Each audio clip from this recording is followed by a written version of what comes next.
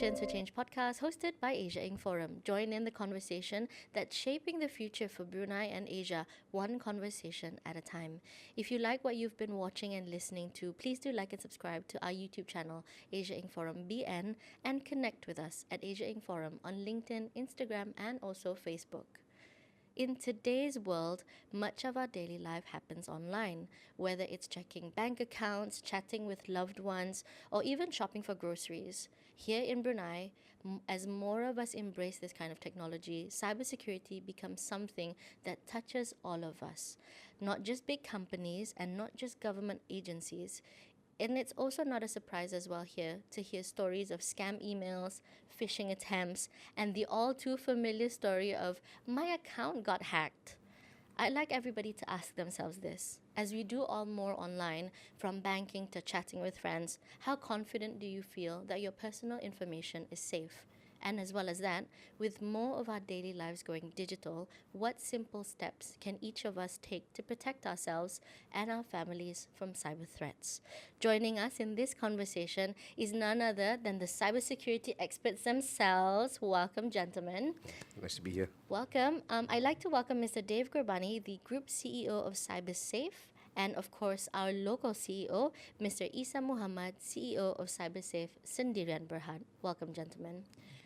I'd love for everybody, I guess, to start off sharing with the audience and our listeners out there on your background and how you landed in cybersecurity. Sure. First of all, thank you, Pangeran, for having us here. So my journey was, I think, a little bit different from most in the industry. So I started my career in the Singapore Armed Forces, and I was in a very, very different pathway from where I am now. A lot of people think that I was formerly doing cyber in the military. I was not. That changed towards the taper end of my career. So I spent about 13 years in the armed forces. I've deployed overseas, served in Brunei some time back, as well as Thailand. So come 2021, I left the service. And a couple of years prior to that, I was already dabbling into cybersecurity. And I think the real smoke in the barrel came when Singapore coined their Cybersecurity Act in 2017. And in that year, or that period of time, there weren't many cybersecurity service providers that were around. It was a mix of people mainly touting products, right? So imagine, people selling you a car, but they don't really know how to drive it. Or that's at least was my perception. And it evolved till then. So I spent a lot of time studying cybersecurity in my own free time for years prior to me deciding that, okay, I think maybe I could value add into the public a little bit. And fast track all the way now to 2025, we've come to many lengths and breadth. And that journey also made us come across ASA as well. So in a nutshell, that's our journey. Yeah. And definitely, I think you're no stranger to Brunei as well. So you've been coming back and forth Yes. all this while. Literally just came in here today as well. Correct. Right? Hot off the aeroplane. Yeah. Thank you for coming on to the show. And also for Isa, share with us your background, how you got into cybersecurity. All right. I think I pretty much share the same story with Dave. So literally, I don't have any IT background as well. I started my career in the Royal Brunei Air Force for about 18 years. After COVID, then it's pretty much like doing all those odd jobs and stuff like that. And then I started my own company as well in terms of physical security. That's where I met Dave in the cybersecurity conference last year. So we just literally met last year. But obviously, when he shared me his visions and his plans for helping Brunei in terms of like cybersecurity, I already bought onto it. So that's why fast forward, we're here right now. Yeah, very happenstance. 1 year ago. Thank you for sharing with me your introduction. I think if I can just start off with both of you, from your experience, perhaps Dave, leading CyberSafe, how would you describe the current landscape when it comes to cybersecurity in Brunei and also Singapore? Okay, so this is a really good question. And that's the main reason why we decided to embark on opening CyberSafe in Brunei. So when we were invited here in 2024 for CySec, I was quite taken aback I mean, of course, I have that affinity to Brunei. I've not been back in some time. And I wasn't really sure of what the state of cybersecurity was, at that time. But when we arrived, we moved at the place. We were like, oh dear, this is exactly what the state of cyber in Singapore around 2017. So in 2017, when policy people started ramping up there, the talent was really very raw. What I mean by that is, for the OG people like us who studied cybersecurity in those days where we don't have any courses, just to give you what that type of year looks like. So there's this very famous platform. It's called Hack the Box. Oh, okay. A hackathon? Not really. Okay. It's a portal, a learning portal where you can learn the fundamentals of cybersecurity, go through what we call cyber rangers, as in like they are machines for you to legally hack and practice your skills on.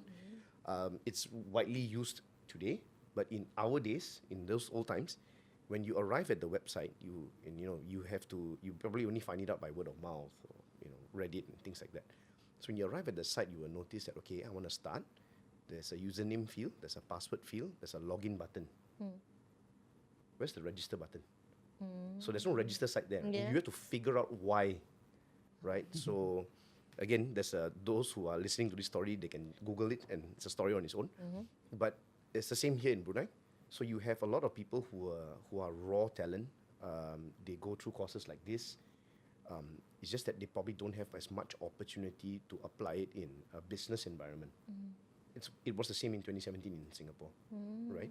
And as Brunei started accelerating its digitalization, and rightfully so, right? After COVID, I mean, before COVID, after COVID, things like Brew Health, in immigration, it's gone way further, Yeah. right, from where it was before. So cybersecurity and IT has to also keep up with that digitalization because it's a balance. So the great part is Brunei and Singapore are close, good neighbors, and we both learn from each other, right? And that's where we saw the opportunity. And I think Brunei is slowly accelerating and ramping up very quickly. Because it's a very small country, it's easy for them to say, okay, let's go do something fast. Yeah, that's Right. true. So I think that's the state of cyber now in Brunei. When it comes to Singapore, you've So passed that hurdle now, I would say, like from Right. from 2017 to fast forwarding now. How's the situation in Singapore? Okay, Singapore's evolved quite a bit, and I think this was largely or mainly driven by government and what they understood, or rather what they tried to drive home between 2017 and 2021, that cybersecurity is a team sport. You don't always need someone who is a technical maestro to do cyber. There's a lot more things to it. There is managing people, there's managing finance, there's managing expectations, and hence there has to be both partnership between the private and the public sector. So that's what they really pressed on in 2021. And today, you have a very vibrant ecosystem in Singapore, whether it's driven by policies through the government, but also implementation, service providers, solution providers, financial support being executed by. It's a full Full circle. full circle Full circle. ecosystem. Can you share with us then, in terms of like CyberSafe? Like we understand your journey. We want to get to know more about CyberSafe and what is it that you guys do, and what makes you stand out in the region. Okay, so the difference between us, and I think the term typically used in the cybersecurity industry is MSSP. It stands for Managed Security Services Provider, or vice versa, right? We tend to call ourselves a cybersecurity as a service provider. As far as I know, we were one of the earliest people to use that term. And the difference between us, our main unique selling point is we don't just do check boxes. We understand business very, very well. And we understand that if cybersecurity applied correctly, just like how you come to a restaurant, you are served by someone. You don't want the service provider to just come and not smile, put the plate on your table. Yes, I did serve you your Yeah. food. But it shouldn't be like Shouldn't that. be there like that, No, right? yeah, So that's true. cybersecurity as a service means Yeah. you should be happy at the end of it. Yeah. So the business owner or the business verticals, after we are done with our work, Yeah. 99.9% of the time, derive some new business value from what we bring to them. And they start thinking, and that's our unique selling point, right? So whenever they engage CyberSafe, they know that they are not issuing this out as an expense. It's an investment, and we have never seen a single customer that had their businesses decline or become less competitive or become less resilient after our services. So in a nutshell, that's our USP. So having cybersecurity is then your business advantage. Yes, You know, it doesn't. is. It's not a lesser. It's a step ahead for everybody. That's right. Anybody can answer this. In regards to cybersecurity, then in Brunei, how does this shape then how businesses and organizations approach cyber risk? So, I mean, in regards to cybersecurity orders in Brunei, what have you been observing? Okay, I think I can answer a little bit of that because obviously I do have like friends that has like their own companies and so on. So when the mandate was provided, that was 2025. That went 2024. That was last year. So we are given about a year for us to prepare for this. But I think as normal, right? Most of the people, they don't really worry about it until it's like, okay, we have to start now. So a lot of the people that I've been talking to over the past couple of months, they knew about it a few months ago, and now it's at the back of their mind. But as soon as that date comes in, then they're gonna worry. So now I think a lot of the worry is about how do they start. That's the main thing that they usually ask me. So that's where we come in, and we can come in as just to give them some recommendations and suggestions and so on. Because a lot of this organization, they don't really look into this cybersecurity part of things. They're more into their core business. So Business as usual Yeah. for many people, Yeah. right? And I think this introduction to the Personal Data Protection Order, PDPO, Yep. you've got 1 year to basically create your own policies for the next year. Cyber threats, then, don't you think, are constantly evolving in regards to things that are happening here in Brunei? What are the most common cyber risks you have been seeing on the ground here in Brunei? I think it's quite similar, right? Yep. So for Brunei, Singapore, anyone in ASEAN, the threats are generally similar. You would have a lot of phishing attempts, and that's probably going to be one of the worst things that you can encounter. Yep. It's the simplest though. It's getting more complex and more harder to spot because the hackers are also not stupid, right? Yeah, So, of course. when I They're mean not clever, stupid, yeah, they're they're- they're naturally already very clever, Of course. but they use AI too. Yeah. Right, so we used to call this the Nigerian print scams, right? Where you have spelling mistakes. Yeah, that's true. sending Or and you email. won $1 million somewhere, and That's right. Now you have hackers leveraging on AI platforms to help them write very crafty, very convincing, right, phishing messages that really convince people to move forward.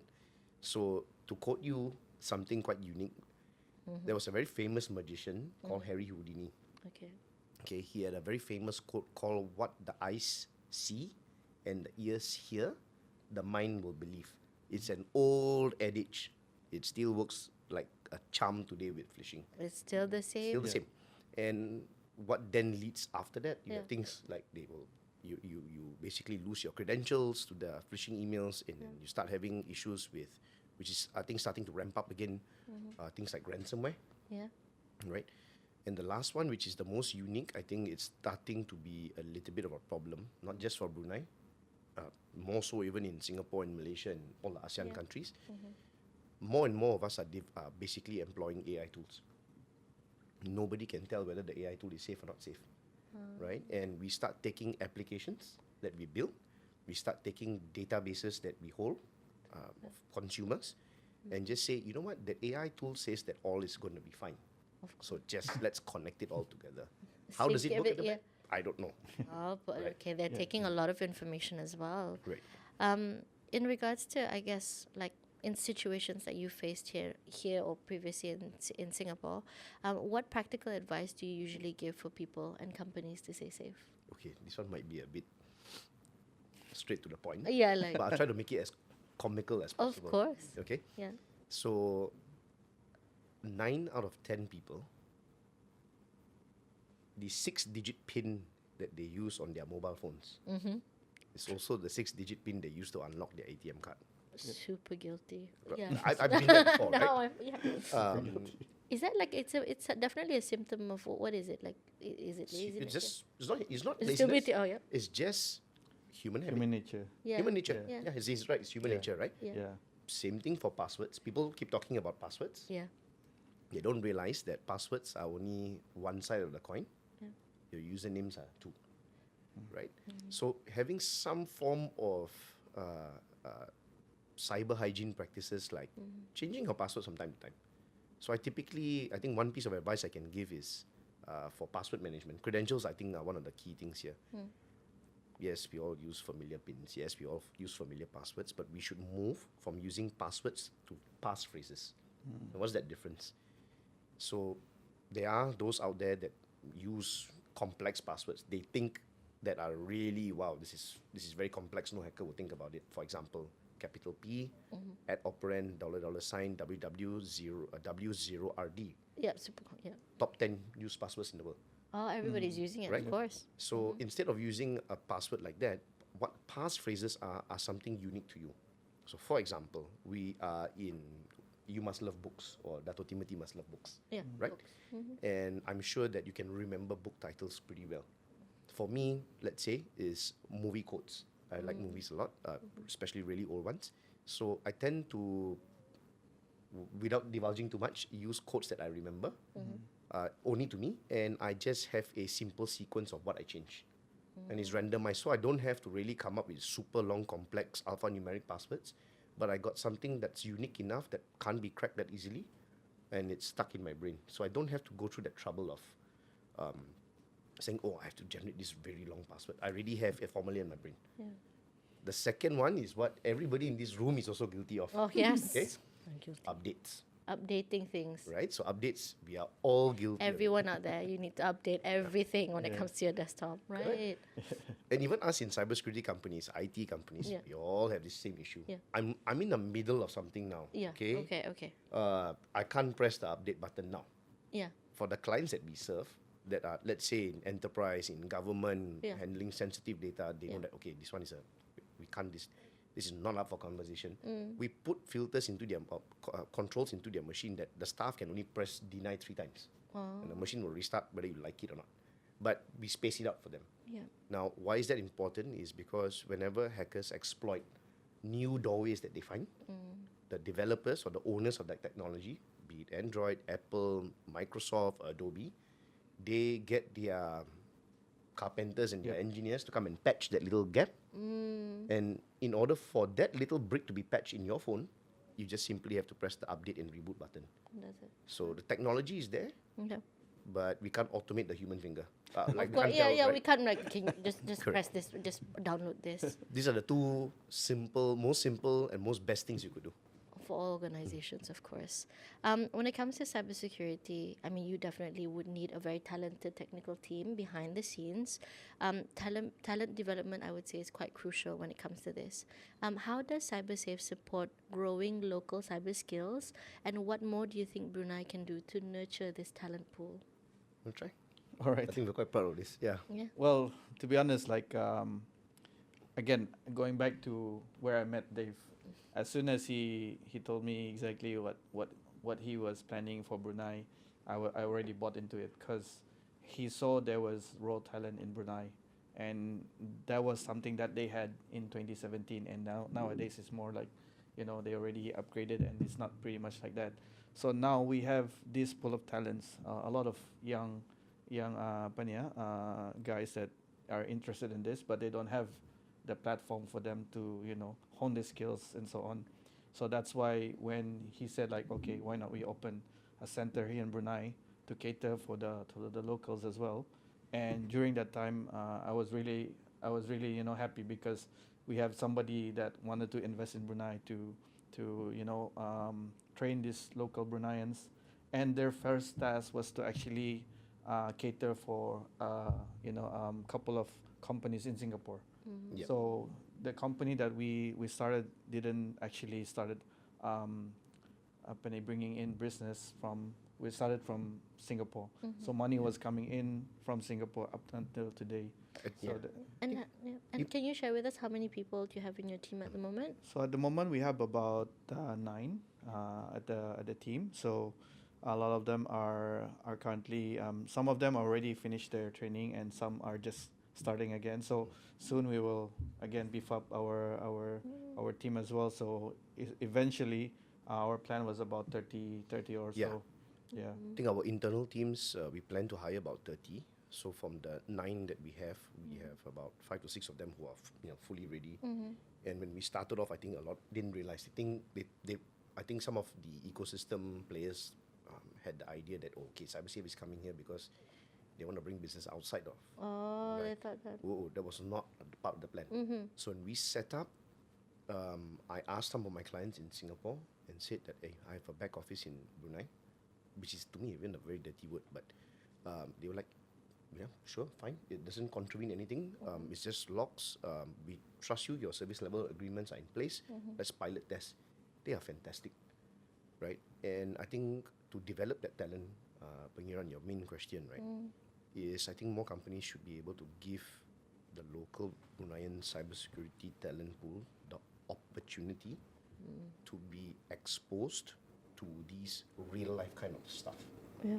right? And it should be a little bit. I mean, of course, wherever the opportunity comes, and I hope more foreign companies take that approach. And just to share, just before I got into that plane, there's another cybersecurity company in Singapore, a friend of mine. After looking at what we've done in Brunei, he was saying that, hey, listen, we want to have a few more staff. We want to hire. Could you help us get 3 more staff in? We need it done by the next 2 weeks. Oh, wow, great. I said, okay, that can be done. And he was asking questions about are the local workforce here, are they trained, are they okay? I said, there's nothing wrong, no problem at all. So as we try to facilitate it, right? Yeah, yeah. So tell them, don't worry, Asa and the team there, they will go through already one whole big set of CVs that we have shortlisted for batches. Yep. And we know, okay, we're going to contact this person 1, 2, and 3 in the next few days and do what we just did with the team here.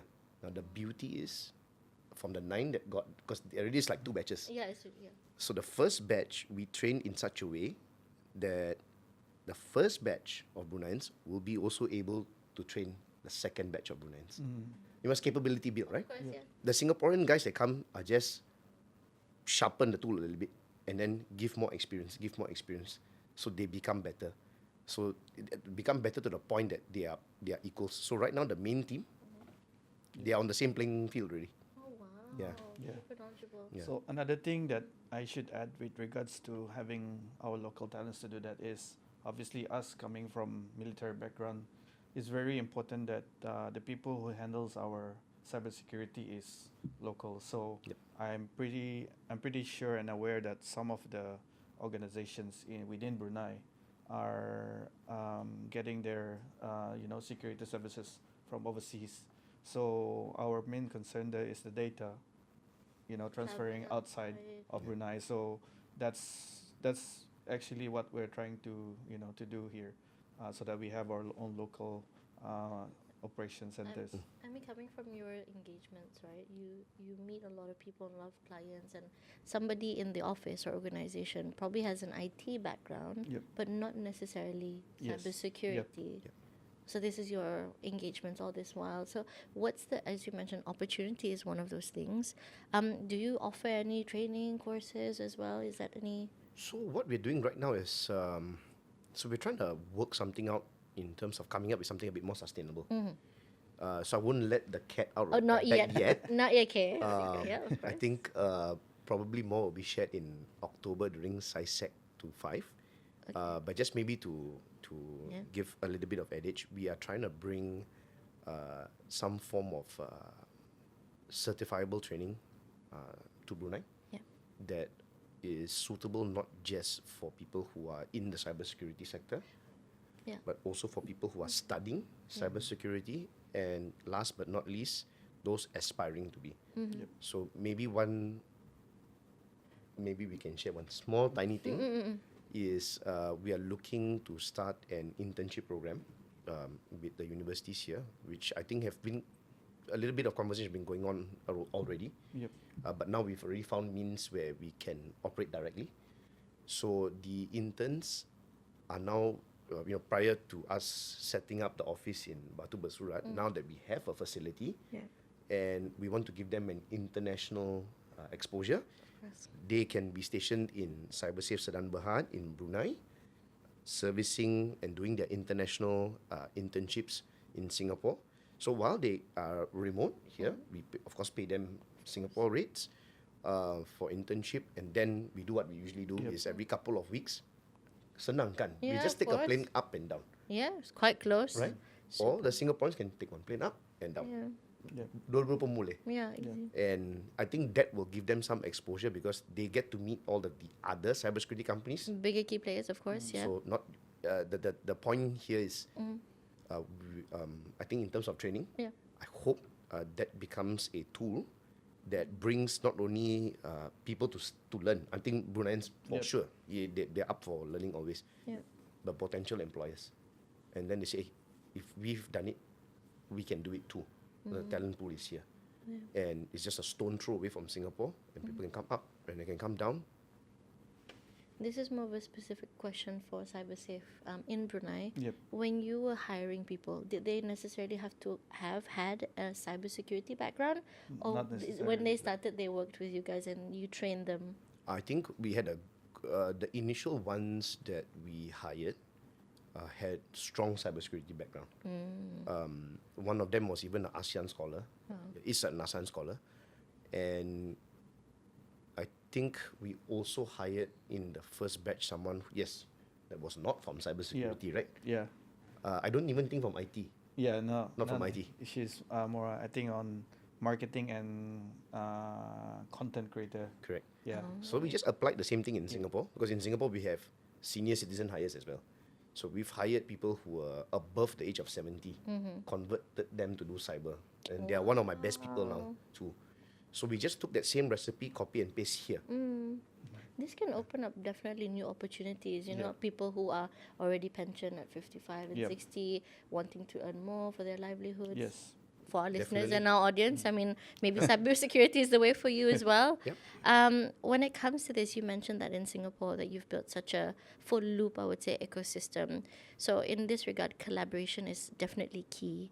How do you see government, business, and Bruneian citizens working together more effectively here? I think sharing is probably the most important, and of course to thank you, right, Pangeran, to have this podcast in the first place. The other people that we've met in Brunei through ASA's contacts, including ones that we know, have facilitated a lot of discussion. So collaboration cannot happen if people don't communicate. And naturally, from that communication, there has to be some form of, you must establish that the rapport first, right? You can't just walk into someone's house and say, hey, listen, let's collaborate, let's do something. Let's build a gate. Yeah, let's, do something, but I don't really know who you are. And I think, yes, though we may have our relationships, our connection, I think that very important to build that rapport with each other. I mean, it's the same in Singapore as well. And from that rapport building, I think we then get to better understand the ecosystem partners here in Brunei. And that already creates the next step, because I think Brunei already has a very good crucible. You have Cybersecurity Brunei as the regulator for cybersecurity.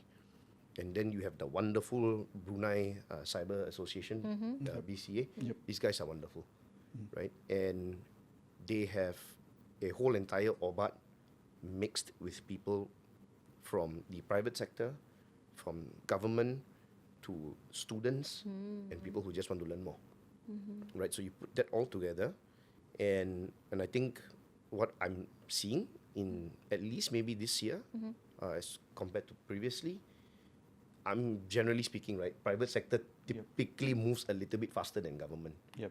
Because they are commercially driven, and the government, regardless of where the government may be, will have to take time, develop consensus, and find something that is a right fit. So that now creates more conversation, and from that rapport building, you then understand, listen, these are my pain points. these are the challenges that I'm trying to fix. Might you have similar situations that you've dealt with before? But that conversation can also be vice versa, The other way around. right? And if there's a platform, platforms like Asia Inc. Forum, platforms like CISEC, other closed door platforms that exist here in Brunei, open door platforms that exist in ASEAN in Brunei, I think that's already a very good step forward. Yep. In regard cyber, I understand that CyberSafe Brunei is quite new, but CyberSafe Singapore definitely has its own set of, I would say, success stories from your work. Could you share with us some of the organizations maybe that you have serviced to basically highlight, the great Sure. awareness? What companies have you worked with? Sure, some of the companies that we've secured include organizations from the medical sector, charity sector, aviation sector. So some of the more prominent customers that we have, some of them are like Foundation Healthcare Holdings. I mean, we only can share what is public, right? Of course. Some of the bigger charities, well-known charities like St. John's Ambulance Singapore, Fayette Community Services. But we also have niche brands that we've protected that might appeal to a regular consumer, like Andersons of Denmark ice cream, Okay. right? Even ice cream makers require security in Singapore because they hold consumer data. Yeah, of course. Right. We also do engagements, tender projects that we've won for the Singapore government, entities under the Singapore government. We've also served police forces around the region. Total, we have about 280 customers. Everything from enterprise with thousands of employees, all the way down to enterprises with just one person. In regards to Brunei's, I would say, market, right? Like we have a lot of, I would say, small scale SMEs, 70% are like restaurants and everything. I mean, there's always a business case for bigger organizations that are collecting all this data. What about for the smaller key players? Definitely, for smaller ones, I think it's more critical. Like they say, the bigger ones are easier to. Yeah, actually, it's faster. Yeah. It's much more faster.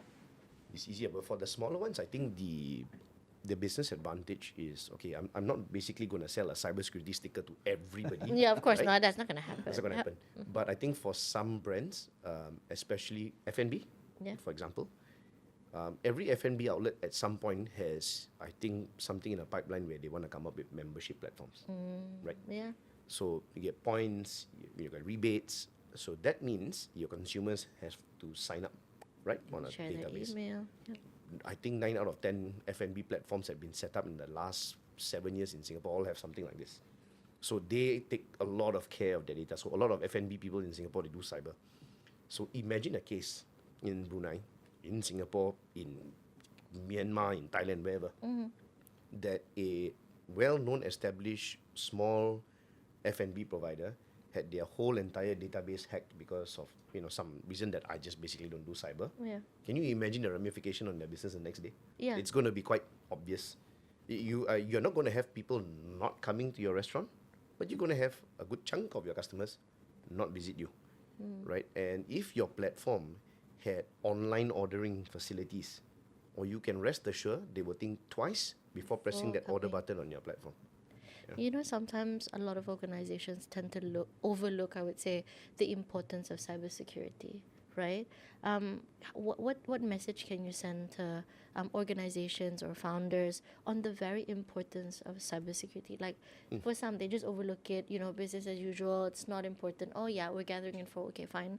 But can you stress to our audience how important? I agree with you. When you run cybersecurity is definitely not the first thing on any business owner's plate, right? Unless your business deems it. So I think the stresses here is to basically educate what value it may bring. And I'll give you my pie of it, okay? So I'm a cybersecurity company. Naturally, I value it at the very start. But don't assume other cybersecurity companies do. You do have cybersecurity companies out there in the market that they themselves Are questionable in terms of their own. right? So when we started, we were really small. And when Singapore came up with their Cyber Trust Mark certifications, we decided that, well, this is quite a big boy cert. But we need to take it to stay competitive. So that's our experience, right?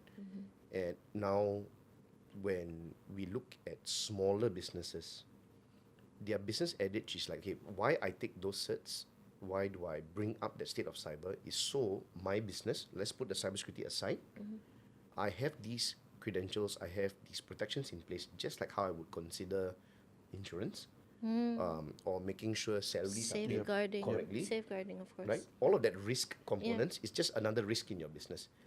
But this is actually value add. So like if I'm starting up a small F&B business, I want to make sure my food safety certification is there. All right? safe, yeah. All of that stuff is there so that I can take my business to maybe the next level. Yes. So I think for smaller businesses, they should understand that, okay, I got everything I've done for a small business, and I got all my certs. I've been around for some time. My financials are good. Okay, cybersecurity doesn't cost that much actually. Let's add on to that, because the next time I want to grow to the next level, I appeal to that next tranche and be like, oh, that's not bad. And what you're offering as well is definitely also recognized between Brunei and Singapore. Yes. Definitely. I think there's some conversations going on behind the scenes that I think may come out a little bit more in October, where these certifications Yep.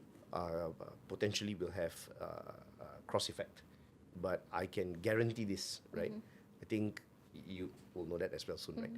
So for any company in Brunei that has Singapore certifications, and in Singapore, I can list to the moon and back the amount of business verticals that require security certifications, even for coffee vendors. We've seen that before, especially when the coffee vendors supply to data centers. The data centers do not care what you do. As long as you're a vendor, you've got no security in place, you know. So naturally, if your business is in Brunei, you would try to go somewhere in ASEAN. Same like us in Singapore, we naturally would try to go somewhere in ASEAN. So any businesses in Brunei that have that security adage, have that certification done in place, have shown that they have put in these basic cybersecurity hygiene measures, that cert is definitely recognizable in Singapore. Right. Because it's a Singapore certification. Yeah, it anyway. is, yeah. Right. So Yeah. everybody, please, reach out to CyberSafe after this if you would like to know more, right? Of course.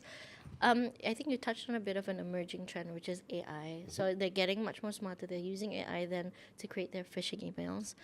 What emerging trends or technologies do you see coming up now in terms of the cybersecurity perspective? Okay, well, this is a lot. There's- So I mean, AI Yeah. is being used in so many different ways. Yeah, of course. Maybe I'll share what we are using. It's a little bit of AI mixed with another technology vertical, which is augmented reality.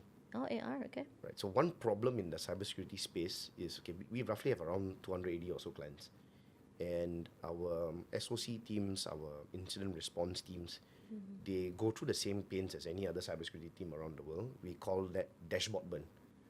It's like looking at all of these books. Now, while I can't read, I can see some of the You see the titles, labels, Yeah. yes? right? But I have to sense make this in a very quick period of time. So a lot of AI tools that are catered for cybersecurity teams, and sometimes we develop it on our own, right? We get API keys, we craft it on our own, deliver our own prompts to fine tune to it to ourselves, but still it has to be presented to the eyes, You have to see it, yeah. right? So what we've recently done, I think last year it was shown in SciSec, right? That we tried to minimize the net zero carbon emissions, right? So we've got virtual reality glasses that augment two big screens. So I only can buy one monitor, but in the responder's eye, you have 3 screens to manipulate. But that has changed.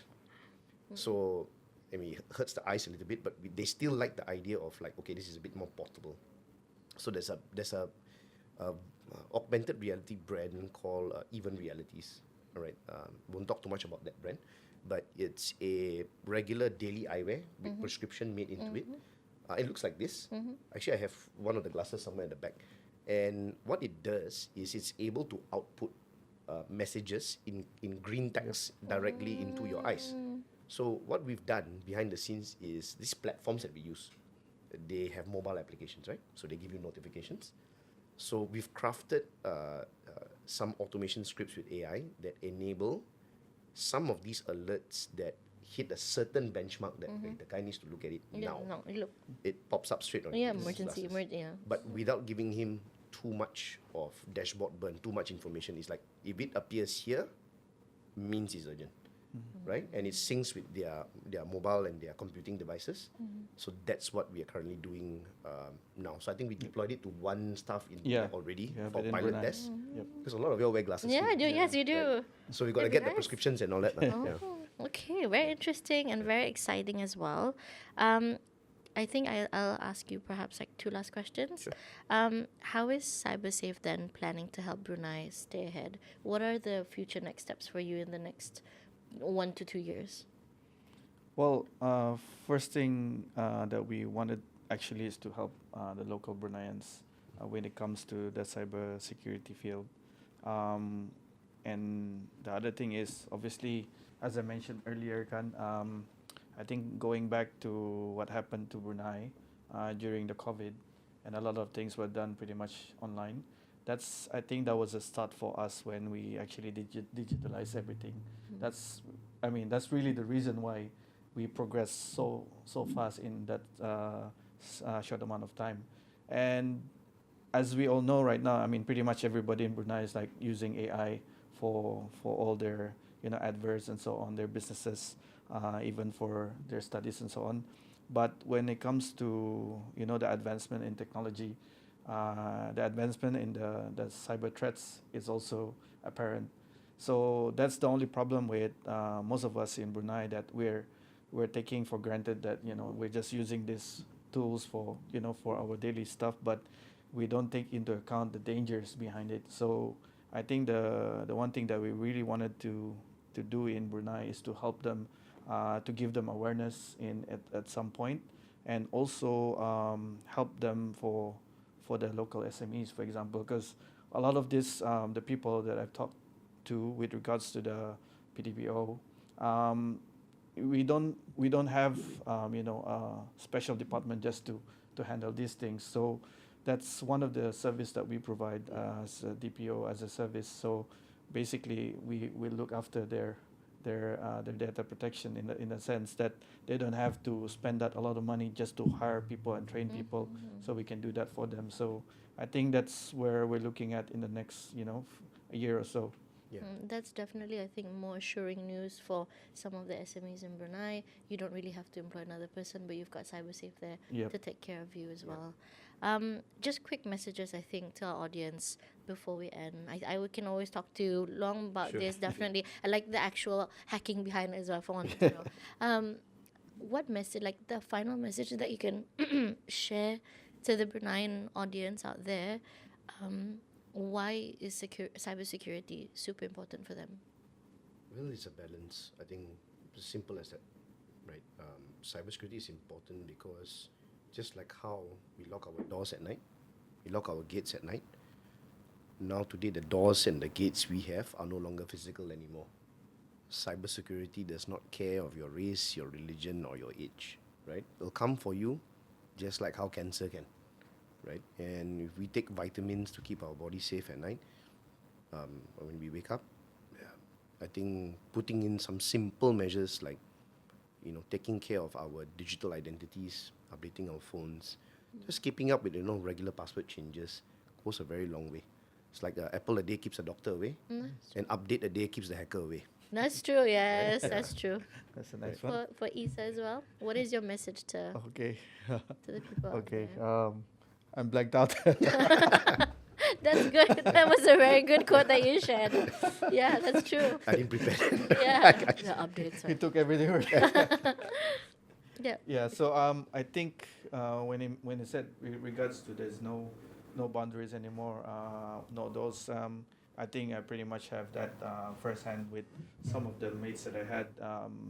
Basically nowadays, a lot of the threats it's not just via the email. Some of those are pretty much via WhatsApp, because WhatsApp I know it's for a fact that it's widely used in Brunei, and there's a lot of like people that share links and so on. So basically, people can get into your computer, your phone, your data just via clicking a link. That's how dangerous things are nowadays. So just my advice is when you're clicking into something, just make sure you double check on who sent it to you, and just making sure that that it's a safe link for you to click.